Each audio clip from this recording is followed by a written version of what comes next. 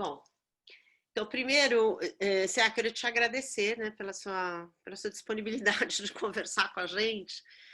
Mas assim, no nosso último encontro, né, do Laços, que a gente fez meio que como um sarau, assim, as pessoas foram contando o que elas estavam lendo e fazendo. Você trouxe isso que você tem feito, quer dizer, além das leituras que você recomendou e que depois eu queria que você retomasse, você falou que você está escrevendo, que você tem um caderno que você tem escrito desde esse começo dessa pandemia.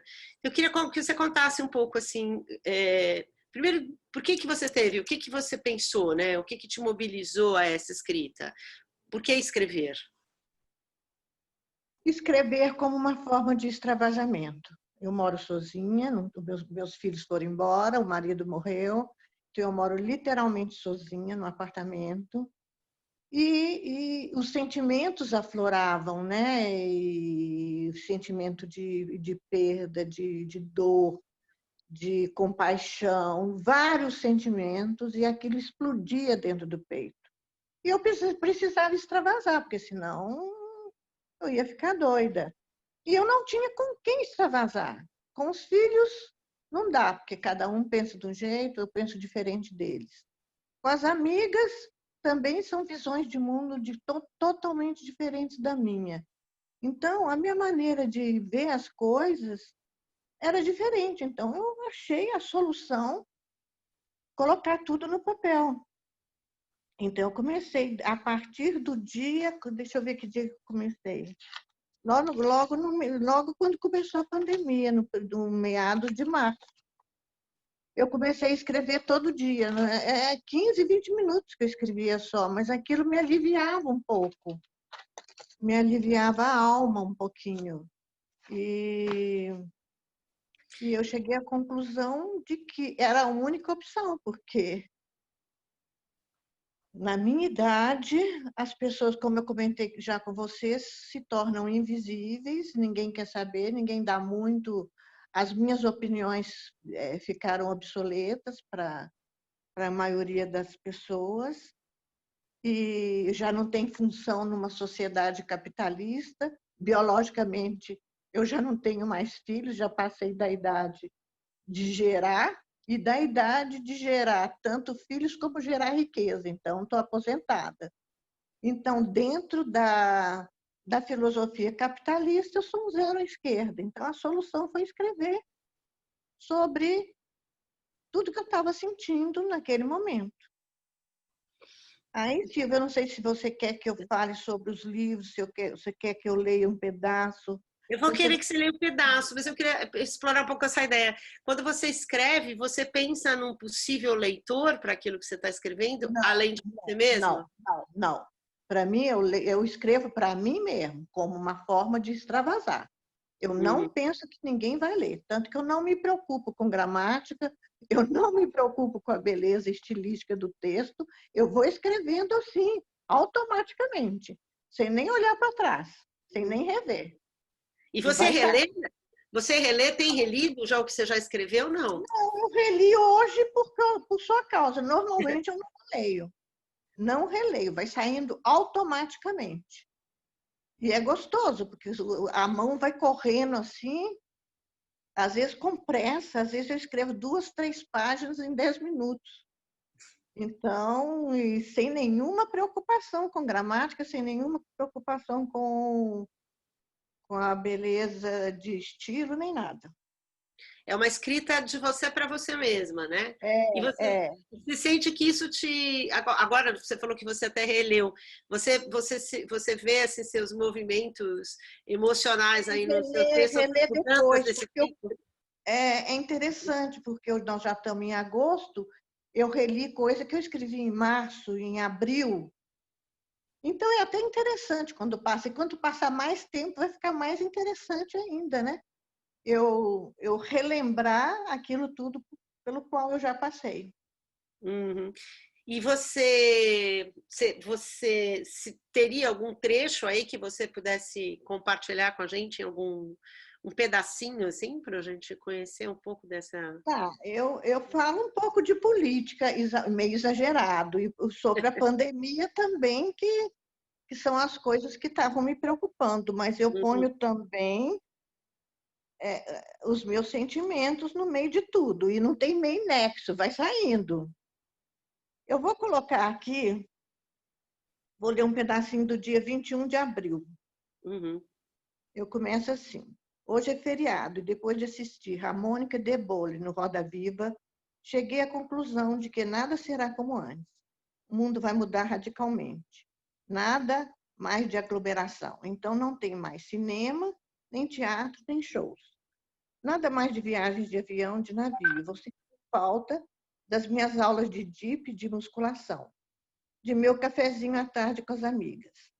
Infelizmente, será que estarei preparada para uma mudança tão radical? A pandemia, o Bolsonaro, o Guedes, o Weintraub e o Moro continuarão até 2022. Não conseguirão fazer a economia andar. Enfrentar uma catástrofe política e uma catástrofe de saúde não é brincadeira, não. Em 2022 estarei com quase 80 anos. O que tinha de aproveitar já foi. Viveremos momentos difíceis de intensa depressão econômica. Temos de viver como um ermitão. Que fim de vida mais monótono e triste. Dizem que as desigualdades sociais vão piorar. Acabei de reler A Peste de Camus. Este livro oferece caminhos quando se está perdido e mostra que a desinformação gera histeria e gera xenofobia. Lembra muito o Brasil neste momento. Bom, esse dia eu já acabei. Quer que lê outro dia? Quero. Você acha que mudou alguma coisa no seu sentimento? Não do ponto de vista político, possivelmente, mas dessa sensação sua de falta de perspectiva? Não mudou muito não, viu? Tem alguns livros que eu gostaria de ler. Da Brevidade da Vida, de Sêneca, e... Como é que chama o outro? A Voz do Silêncio, de Helena Blavatsky, e A República de Platão. Preciso destes livros para apaziguar meu coração. Estoicismo, budismo, vida interior, transcendência. Senão eu piro. O que eu previ aconteceu. 80 mil mortos. Um verdadeiro genocídio. O Brasil foi palco de várias matanças. Exploramos os negros, destruímos os índios, violência e morte. Lembrei de Darcy Ribeiro, que disse mais ou menos assim. Abre aspas, quis alfabetizar as crianças, não consegui. Quis salvar os índios, não consegui. Quis fazer uma universidade aberta, não consegui. E termina dizendo, fazemos parte da turma dos perdedores, graças a Deus, dos desajustados, dos frustrados, dos alijados, dos excluídos, das minorias. E você, assim, a escrita está sendo essa ferramenta, né, de você extravasar isso que você diz que talvez, quando você fala, né, como mulher, uma mulher mais velha que deixa de ser ouvida, e a leitura, né, ela te alimenta dessas, ela tem te alimentado de uma A leitura, certa... eu falei com você, né, eu não tô aguentando muita ficção. Ficção eu aguentei 2 livros só, que eu reli. Além da Peste, eu reli de ficção o Ensaio sobre a Cegueira. E o Ensaio sobre a Cegueira, do Saramago, ele fala uma coisa que eu acho muito importante. Vou ler aqui na orelha. Tá. Às vésperas do fim do milênio, num período onde imperam, de um lado, a velocidade, a ganância e a abstinência moral, e de outro, a profecia e o misticismo compensatórios, o escritor vem nos lembrar a responsabilidade de ter olhos quando os outros os perderam. É um livro, então, sobre a ética, e é um livro também sobre o amor e sobre a solidariedade. E parece uma parábola. Então, esse livro do Saramago, é todo o livro as pessoas que ficaram cegas tentando fazer tudo para voltar a enxergar. Voltar a enxergar é voltar a ter lucidez. Nós vivemos num mundo de ilusão, Silvia. Uhum. De ilusão. Então, as pessoas perderam a lucidez. É isso que... E a lucidez dói. Dói muito. Então, as pessoas fogem dessa lucidez porque ninguém quer sofrer, né? Então, nós vivemos num mundo de aparências, de futilidade, e o Saramago tem toda a razão. E as E você pessoas não acha, conseguem. Pode e falar. você acha que essa dificuldade agora de ler ficção tem a ver com essa realidade muito intensa, né? Que está nos solicitando a pensar, a ser lúcidos, a se Então, é isso posicionar que eu te definitivamente. falei. Os únicos livros que eu consegui reler, né, porque eu já tinha lido os dois, foi a Peste, porque o resto eu quero saber coisa, eu quero entender, eu quero mais lucidez, eu quero compreender, porque eu não entendi, eu não estava entendendo o que estava acontecendo com o país. A escrita A que te dá palavra e a escrita é a minha companheira de todos os dias, é o caderninho aqui. Eu vou começar a andar com caderninho para tudo quanto é lado, na bolsa. Mas eu acho que eu acho que isso que você compartilha com a gente, essa relação com a escrita, né? Como aquilo que a gente pode produzir, usar da escrita para falar do nosso pensamento e também usar as palavras dos autores e do poeta, né? Para nos ajudar a constituir, né?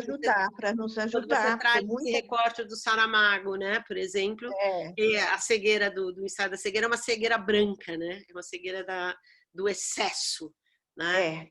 É uma cegueira da falta de lucidez, né? Da Uhum. falta de lucidez e do mundo ilusório que o homem está vivendo hoje. E o Saramago acha também que 80% da culpa disso tudo é do capitalismo, né? O regime, porque engraçado, Silvia, as civilizações que não sejam ocidentais, e quanto mais primitiva a civilização, mais fácil para a pessoa envelhecer. Uhum. O envelhecimento nas civilizações mais primitivas é muito mais tranquilo. Elas aceitam muito mais a morte e o envelhecimento de uma maneira muito mais, não é só tranquila, com muito mais respeito das gerações futuras, entendeu? Uhum. E eu não vejo isso hoje. Eu não vejo nem minhas netas gostam de mim, mas é de um igual para igual. Não há aquele respeito. Há, pelo contrário, até um riso meio irônico em relação às minhas ignorâncias. Uhum. Interessante isso. É como se não há um valor por isso que você traz a sabedoria da experiência, né? Não. Um riso irônico, que às vezes eu não sei pronunciar uma palavra direito em inglês, ou porque eu não sei direito aquela palavra na gíria, eu pergunto o que significa isso. Então, elas acham engraçado meu deslocamento diante da geração delas, né? Que é outro mundo. Mas você tem essa curiosidade de perguntar, você não se rende a essa... Não!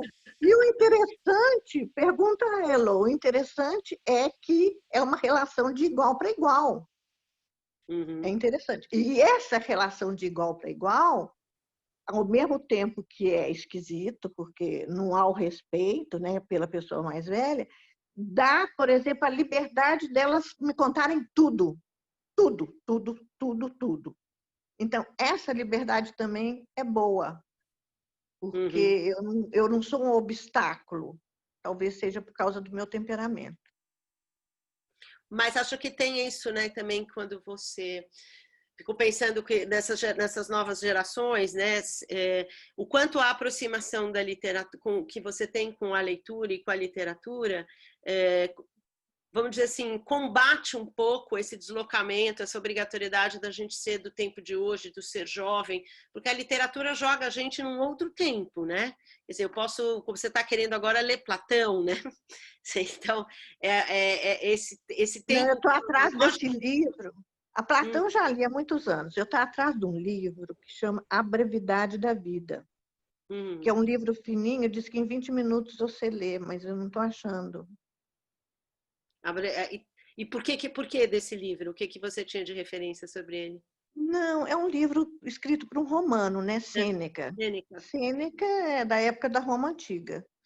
E ele fala que é essa coisa, né? Que a vida é breve, que nós às vezes não temos consciência de que ela vai passar, de que...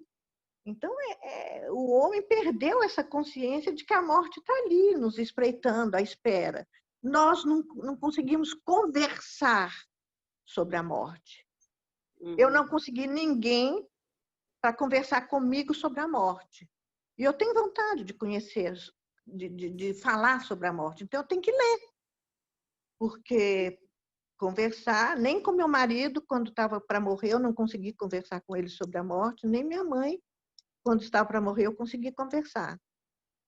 E há um tabu da sociedade ocidental em E a volta da gente morte. associa que Você a morte está... sabe, diga. você sabe que eu conheci a Eliane Brum por causa da morte? Ela escreveu um artigo, não lembro mais aonde, isso tem muito tempo, sobre a morte do pai dela. E eu fiquei embasbacada com a sensibilidade que ela escreveu sobre a morte do pai dela. E eu recortei e guardei. E foi aí que eu guardei esse nome, Eliane Brum, e comecei a procurar coisas sobre ela e ler sobre ela. E a gente associa, né? Eu acho que a morte sempre é essa coisa do envelhecimento e a morte.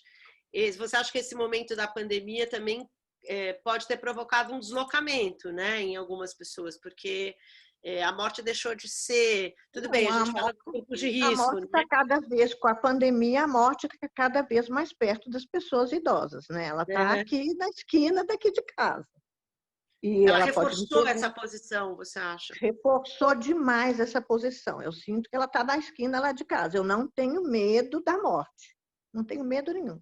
Eu tenho medo, já coloquei até várias vezes aqui no caderno, eu tenho medo do hospital, eu tenho medo da intubação, de ser entubada. Só isso que eu tenho medo, de morrer, então eu queria morrer quietinha, me senhar aqui quietinha na minha casa. Não tenho medo da morte, de jeito nenhum. Mas a presença da morte nos faz refletir. Então, essa reflexão é que enriquece. Essa reflexão da presença da morte nos faz refletir sobre o mundo que eu vivi. Eu faço um apanhado de toda a minha vida como companheiro, minha vida como mãe, minha vida criando os filhos.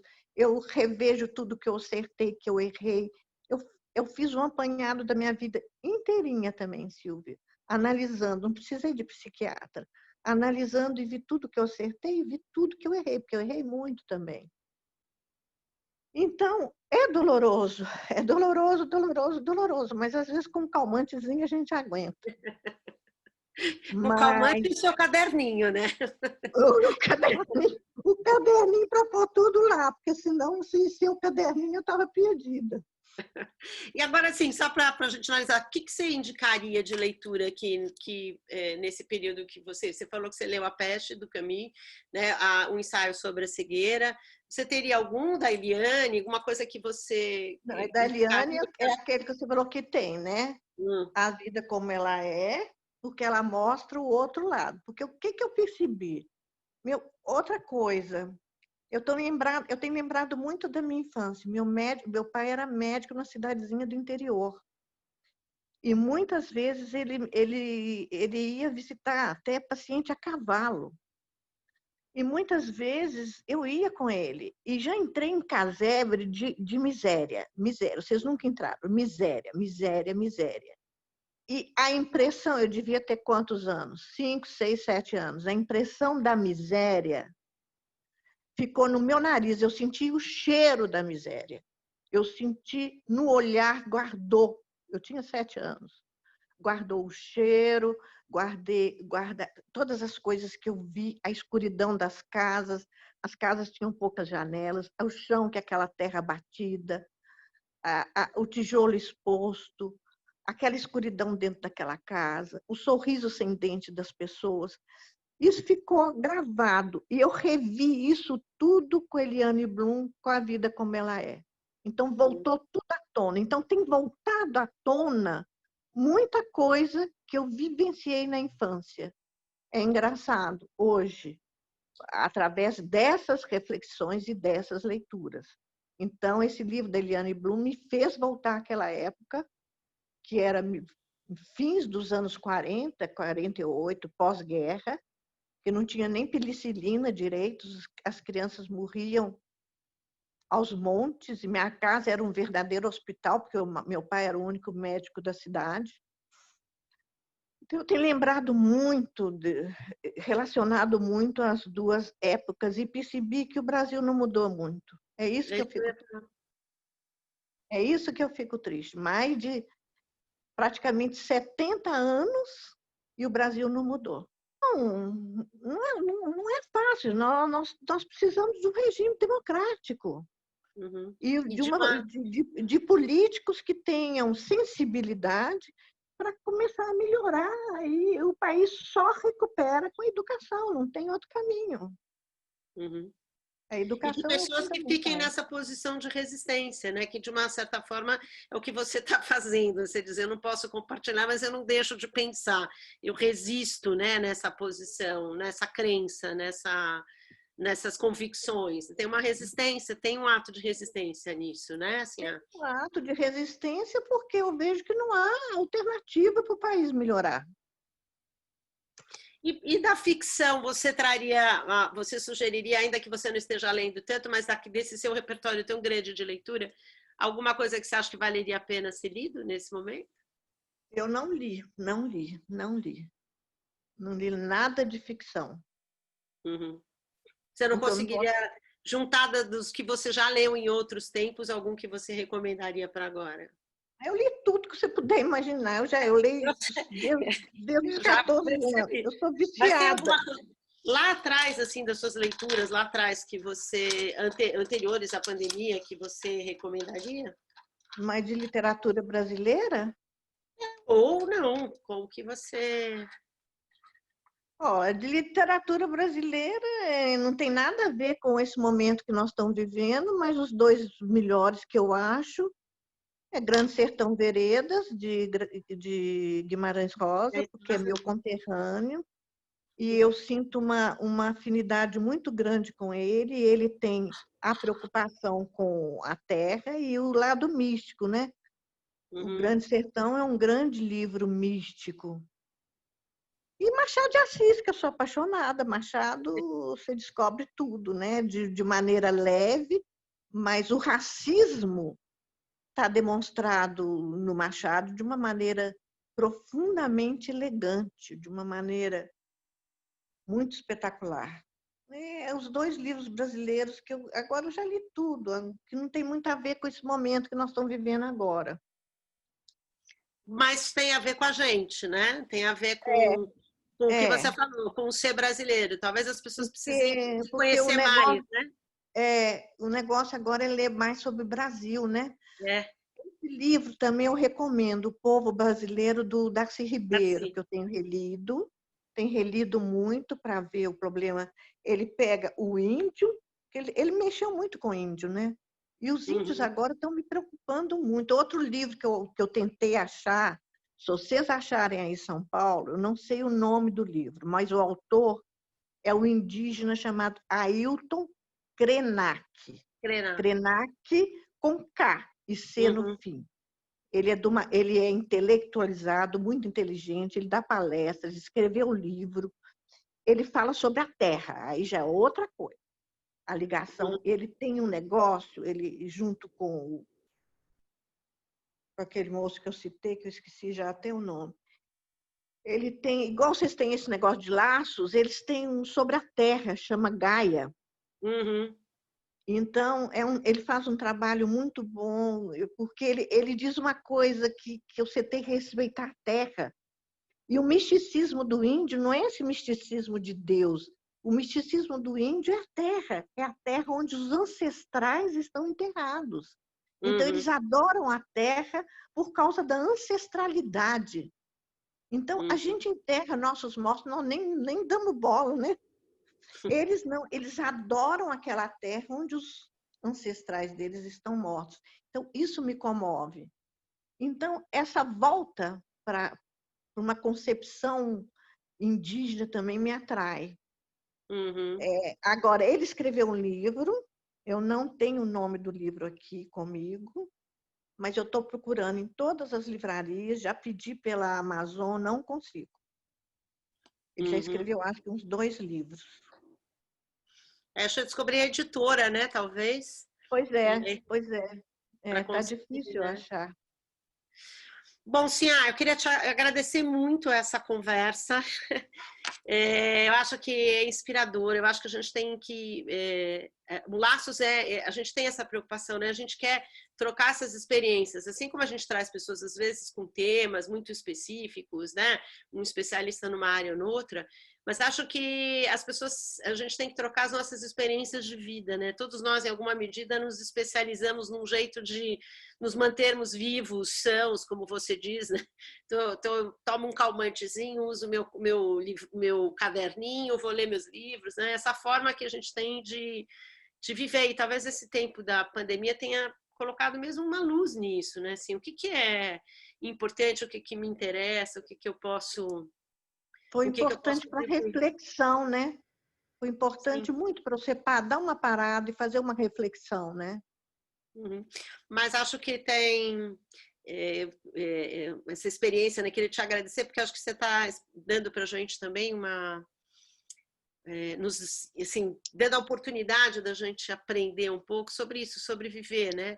Sobre o processo. Você, como você diz, você viveu, né? Viu uma miséria lá atrás, viveu uma outra experiência e hoje está refletindo. Então, a gente não dá talvez dá menos valor aos bens materiais e mais a isso, né? Esse patrimônio imaterial, a memória, né? Eu acho que o que você traz hoje é todo esse seu pensamento que está ancorado numa memória, né?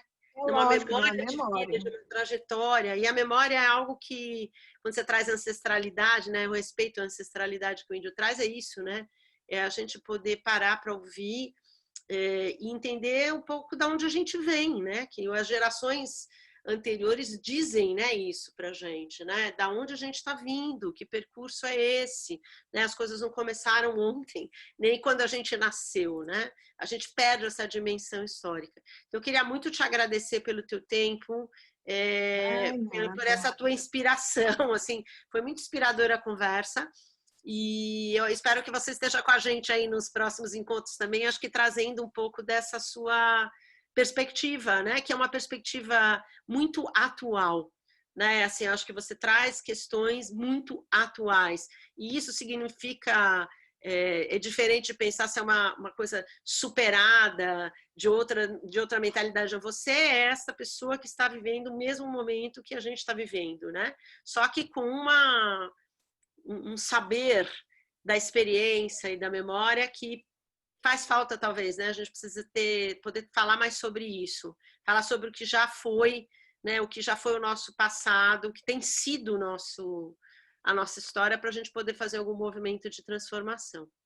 E o espaço do Laços é esse espaço que a gente quer muito ouvir pessoas como você, que estão. A sua palestra é essa coisa sobre o viver, né? Uma especialidade que é como a gente vive. É o É viver, difícil é o viver. viver. E o Tá viver tá. bom? O Guimarães Rosa tem uma frase que eu gosto muito, né? Viver é muito perigoso. E nunca foi tão perigoso como agora, né? É verdade. É que a gente agora está tomando consciência disso, né? Talvez a gente se ocupasse de outras coisas. Mas, sim, muito obrigada, viu? Obrigada a você, tá? Um Tá beijo. bom.